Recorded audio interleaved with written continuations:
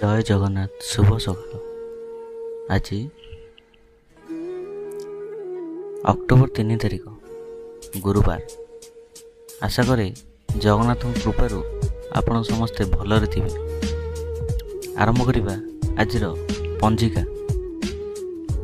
ଅଦ୍ୟତା 3/10/2024, କନ୍ୟା 19 ଦିନ, ଆଶ୍ୱିନ ମାସ କୃଷ୍ଣପକ୍ଷ ପ୍ରତିପଦା, ଗୁରୁବାର। ପ୍ରତିପଦା ରାତ୍ରି 2:58, ହସ୍ତା ଅପରାହ୍ନ 3:32, କନ୍ୟା ଚନ୍ଦ୍ର 5:06, ସୂର୍ଯ୍ୟୋଦୟ 5:39, 13 ସେକେଣ୍ଡ, ସୂର୍ଯ୍ୟାସ୍ତ 5:31, 29 ସେକେଣ୍ଡ। ଯୋଗିନୀ ପୂର୍ବେ ଅପରାହ୍ନ 2:58 ଗତେ ଉତ୍ତରେ, ମୂର୍ତ୍ତେ ରାତ୍ରେ 2:58 ଗତେ ଏକପାଦ ପୁଷ୍କର ଦୋଷ। ପାଣି କଖାରୁ ଖାଇବା ମନା, ଖାଇଲେ ଅର୍ଥହାନି। ଅମୃତ ବେଳା ଦିବା 10:23 ଗତେ 11:57 ମଧ୍ୟ, 2:18 ଗତେ 4:39 ଗତେ। ଏଇ ତ ଥିଲା ଆଜିର ପଞ୍ଜିକା। ଆସନ୍ତୁ ଜାଣିବା ଆଜିର ରାଶିଫଳ କ'ଣ ରହିଛି କାହାର ଭାଗ୍ୟ।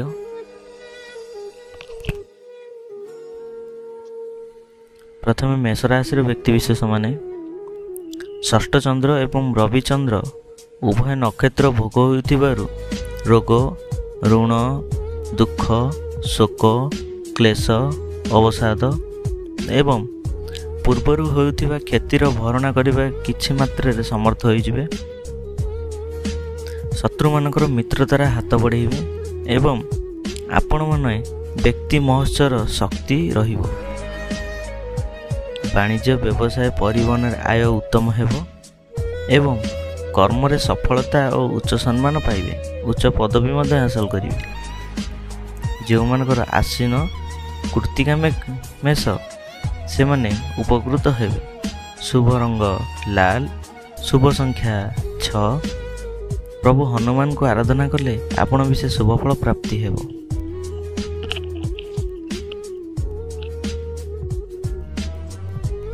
ବୃଷ ରାଶିର ବ୍ୟକ୍ତିବିଶେଷମାନେ।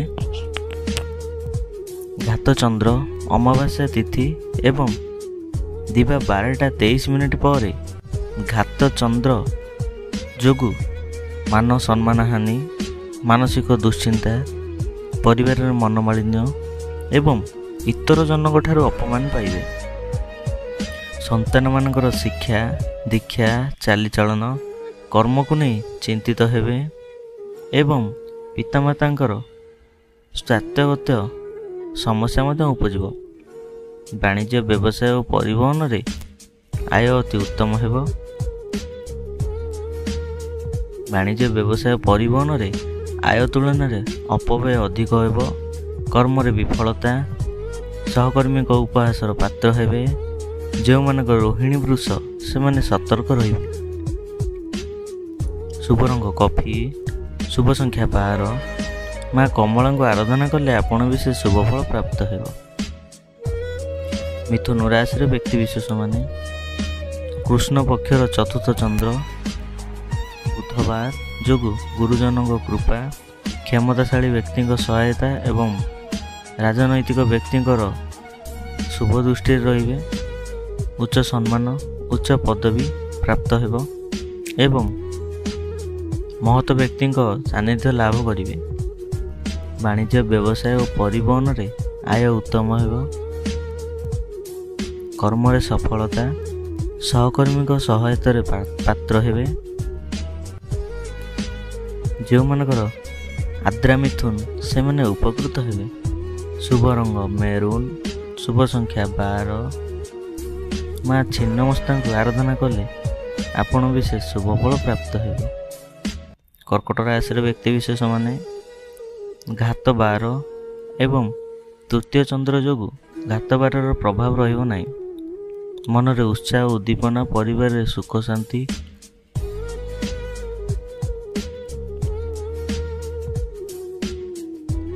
ସ୍ୱଜନ ପରିଜନରେ ସୁସମ୍ପର୍କ ଓ ଭାଇ ଭଉଣୀଙ୍କର ସାହାଯ୍ୟ ସହଯୋଗ ମିଳିବ।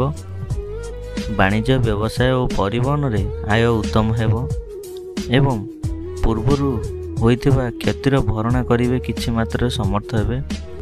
କର୍ମରେ ଆଶାଠାରୁ ଅଧିକ ସଫଳତା ଓ ସମସ୍ତ କର୍ମର ଆପଣଙ୍କର କାର୍ଯ୍ୟଦକ୍ଷତା ପ୍ରକାଶ ପାଇବ। ଯେଉଁମାନଙ୍କର ଅଶ୍ଳେଷା କର୍କଟ ସେମାନେ ଉପକୃତ ହେବେ। ଶୁଭ ରଙ୍ଗ ଧଳା, ଶୁଭ ସଂଖ୍ୟା 5। ମା ମାତଙ୍ଗୀକୁ ଆରାଧନା କଲେ ଆପଣ ବିଶେଷ ଶୁଭ ଫଳ ପ୍ରାପ୍ତ ହେବ। ସିଂହ ରାଶିର ବ୍ୟକ୍ତିବିଶେଷ ମାନେ କୃଷ୍ଣ ପକ୍ଷର ଦ୍ୱିତୀୟ ଚନ୍ଦ୍ର ଅମାବାସ୍ୟା ତିଥି ଯୋଗୁଁ ଧନ କ୍ଷତି, ମାନସିକ ଅସ୍ଥିରତା, ପରିବାରରେ ମନୋମାଳିନ୍ୟ, ମୂଲ୍ୟବାନ ପଦାର୍ଥ ନଷ୍ଟ କିମ୍ବା ହଜିଯାଇପାରେ। ବାଣିଜ୍ୟ ବ୍ୟବସାୟ ଓ ପରିବହନରେ ଆୟ ତୁଳନାରେ ବଦ ଖର୍ଚ୍ଚ, ଅଧିକ ଖର୍ଚ୍ଚ ଏବଂ କର୍ମରେ ବିଫଳତା, ସମ୍ମାନ ହାନି ଓ ବହୁ ସମସ୍ୟା ଦେଖାଦେବ। ଯେଉଁମାନଙ୍କର ଉତ୍ତରା ଫାଲ୍ଗୁନୀ ସିଂହ ସେମାନେ ସତର୍କ ହେବେ। ଶୁଭ ରଙ୍ଗ ସିଲଭର, ଶୁଭ ସଂଖ୍ୟା 3। ମା ମାଣିକେଶ୍ୱରୀଙ୍କୁ ଆରାଧନା କଲେ ଆପଣ ବିଶେଷ ଶୁଭ ଫଳ ପ୍ରାପ୍ତ ହେବ।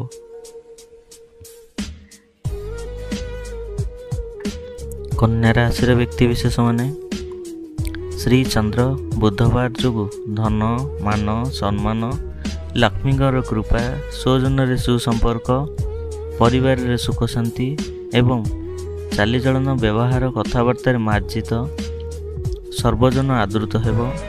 ବାଣିଜ୍ୟ ବ୍ୟବସାୟ ପରିବହନରେ ଆୟ ଯାହା ହେଲେ ମଧ୍ୟ ମନରେ ଆତ୍ମସନ୍ତୋଷ ଓ ଆତ୍ମତୃପ୍ତି ରହିବ। ବ୍ୟବସାୟ ଶାଖା ବଢ଼ାଇବା ପାଇଁ ଉଦ୍ୟମ କରିବେ। କର୍ମରେ ସ୍ୱଳ୍ପ ପରିଶ୍ରମର ଅଧିକ ସଫଳତା ଓ ସମ୍ମାନ ପାଇବେ। ଯେଉଁମାନଙ୍କର ଚିତ୍ରା କନ୍ୟା ସେମାନେ ଉପକୃତ ହେବେ। ଶୁଭ ରଙ୍ଗ ସବୁଜ, ଶୁଭ ସଂଖ୍ୟା 8। ଭଗବାନ ବିଷ୍ଣୁଙ୍କୁ ଆରାଧନା କଲେ ଆପଣ ବିଶେଷ ଶୁଭ ଫଳ ପ୍ରାପ୍ତ ହେବେ। ତୁଳା ରାଶିର ବ୍ୟକ୍ତିବିଶେଷ ମାନେ ଦ୍ୱାଦଶ ଚନ୍ଦ୍ର ଯୋଗୁଁ ଅପବ୍ୟୟ, ଅପବାଦ ଏବଂ ଅପଯଶରୁ ମୁକ୍ତ ହେବେ ଏବଂ ସମସ୍ତ କର୍ମରେ ସୁଚିନ୍ତିତ ପଦକ୍ଷେପ ନେବେ। ମନରେ ଦୁଶ୍ଚିନ୍ତା, ଦୁର୍ଭାବନା, ହତୋତ୍ସାହ ଭାଗ ପ୍ରକାଶ ଅପସରିଯିବ। ବାଣିଜ୍ୟ ବ୍ୟବସାୟ ଓ ପରିବହନରେ ଆୟ ଉତ୍ତମ ହେବ।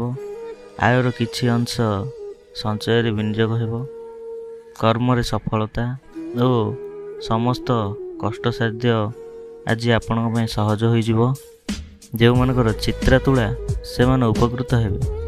ଶୁଭ ରଙ୍ଗ ଧଳା, ଶୁଭ ସଂଖ୍ୟା 6। ମା ଗାୟତ୍ରୀଙ୍କୁ ଆରାଧନା କଲେ ଆପଣ ବିଶେଷ ଶୁଭ ଫଳ ପ୍ରାପ୍ତ ହେବେ। ବିଛା ରାଶିର ବ୍ୟକ୍ତିବିଶେଷ ମାନେ ଏକାଦଶ ଚନ୍ଦ୍ର ଏବଂ ରବିଚନ୍ଦ୍ର ଉଭୟରେ ନକ୍ଷତ୍ର ଭୋଗ ହେଉଥିବାରୁ ଧନ ସମ୍ପଦ ପ୍ରାଚୁର୍ଯ୍ୟ ବୃଦ୍ଧି ପାଇବ ଏବଂ ସମସ୍ତ ଆଶା ଆକାଂକ୍ଷା ଓ ଅଭିଳାଷପୂର୍ଣ୍ଣ ମନରେ ଉନ୍ନତ ଚିନ୍ତାଧାରା, ସୁଦୃଢ଼ ଇଚ୍ଛାଶକ୍ତି ଓ ଆତ୍ମବିଶ୍ୱାସ ବୃଦ୍ଧି ପାଇବ। ଉନ୍ନତି ମୂଳରେ ଅଧିକ ଧ୍ୟାନ କରିବେ। ବାଣିଜ୍ୟ ବ୍ୟବସାୟ ଓ ପରିବହନରେ ଆୟ ଅତି ଉତ୍ତମ ହେବ। ଆର୍ଥିକ ସ୍ଥିତିରେ ଉନ୍ନତି ଦେଖାଦେବ।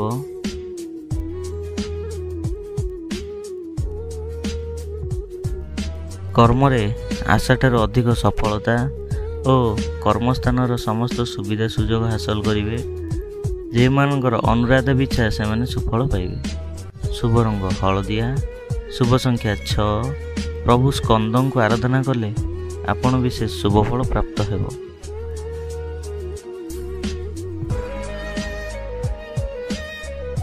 ଧନୁ ରାଶିର ବ୍ୟକ୍ତିବିଶେଷ ମାନେ ଦଶମ ଚନ୍ଦ୍ର ଯୋଗୁଁ କର୍ମ ପ୍ରତି ଏକାଗ୍ରତା ଓ ଆନ୍ତରିକତା ଅଧିକ ରହିବ ଏବଂ ଭାଗ୍ୟ ଅପେକ୍ଷା କର୍ମର ଅଧିକ ଗୁରୁତ୍ୱ ଦେବେ। ବିଶ୍ୱାସ ରହିବ। ଆଜି ଯେକୌଣସି କାମ ଆରମ୍ଭ କରିବେ ସେଥିରେ 100% ସଫଳତା ପାଇବେ ଏବଂ ସମସ୍ତ କର୍ମରେ ଆପଣଙ୍କର କର୍ମ କୁଶଳତା, କାର୍ଯ୍ୟଦକ୍ଷତା ଓ ସମୟାନୁବର୍ତ୍ତିତା ପ୍ରକାଶ ପାଇବେ। ବାଣିଜ୍ୟ ବ୍ୟବସାୟ ପରିବହନରେ ଆୟ ଯାହା ହେଲେ ମଧ୍ୟ ମନରେ ଆତ୍ମସନ୍ତୋଷ, ଆତ୍ମତୃପ୍ତି ରହିବ। ଯେଉଁମାନଙ୍କର ପୂର୍ବଢାସା ଧନୁ ସେମାନେ ସୁଫଳ ପାଇବେ। ଶୁଭ ରଙ୍ଗ ଲାଲ, ଶୁଭ ସଂଖ୍ୟା 2। ପ୍ରଭୁ ଜଗନ୍ନାଥଙ୍କ ଆରାଧନା କଲେ ଆପଣ ବିଶେଷ ଶୁଭଫଳ ପ୍ରାପ୍ତ ହେବ। ମକର ରାଶିର ବ୍ୟକ୍ତିବିଶେଷ ମାନେ କୃଷ୍ଣ ପକ୍ଷର ନବମ ଚନ୍ଦ୍ର ଯୋଗୁଁ ଗୁରୁଜନଙ୍କ ସହ ବିବାଦ, କ୍ଷମତାଶାଳୀ ବ୍ୟକ୍ତିଙ୍କ ସହିତ ଶତ୍ରୁତା ଏବଂ ରାଜନୈତିକ ବ୍ୟକ୍ତିଙ୍କ ସହ ଆକ୍ରୋଶର ଶିକାର ହେବେ। ଉନ୍ନତିମୂଳକ କର୍ମରେ ପ୍ରତିବନ୍ଧକ ଏବଂ ଧାର୍ମିକ କର୍ମରେ ବିଘ୍ନ ଦେଖାଦେବ। ମନ ଅସ୍ଥିର, ବିଷାଦଗ୍ରସ୍ତ ରହିବ, ଚାପଗ୍ରସ୍ତ ରହିବ। ବାଣିଜ୍ୟ, ବ୍ୟବସାୟ, ପରିବହନରେ ମାନ୍ଦାବସ୍ଥା ଲାଗି ରହିବ। ଆର୍ଥିକ ସ୍ଥିତି ବିଗିଡ଼ିଯିବ।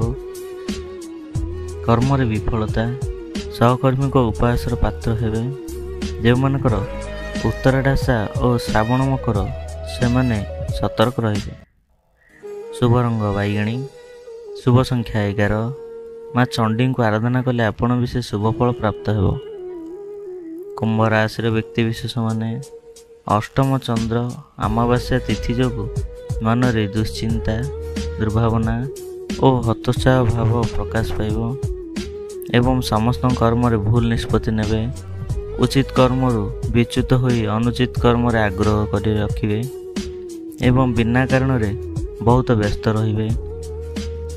ବାଣିଜ୍ୟ, ବ୍ୟବସାୟ ଓ ପରିବହନ ଆୟଠାରୁ ବ୍ୟୟ ଦ୍ୱିଗୁଣ ହେବ ଏବଂ କର୍ମରେ ବିଫଳତା ଓ ସମସ୍ତଙ୍କ କର୍ମରେ ବିବାଦୀୟ ହେବ। ଯେଉଁମାନଙ୍କର ଶତଭିଷା କୁମ୍ଭ ସେମାନେ ସତର୍କ ହେବେ।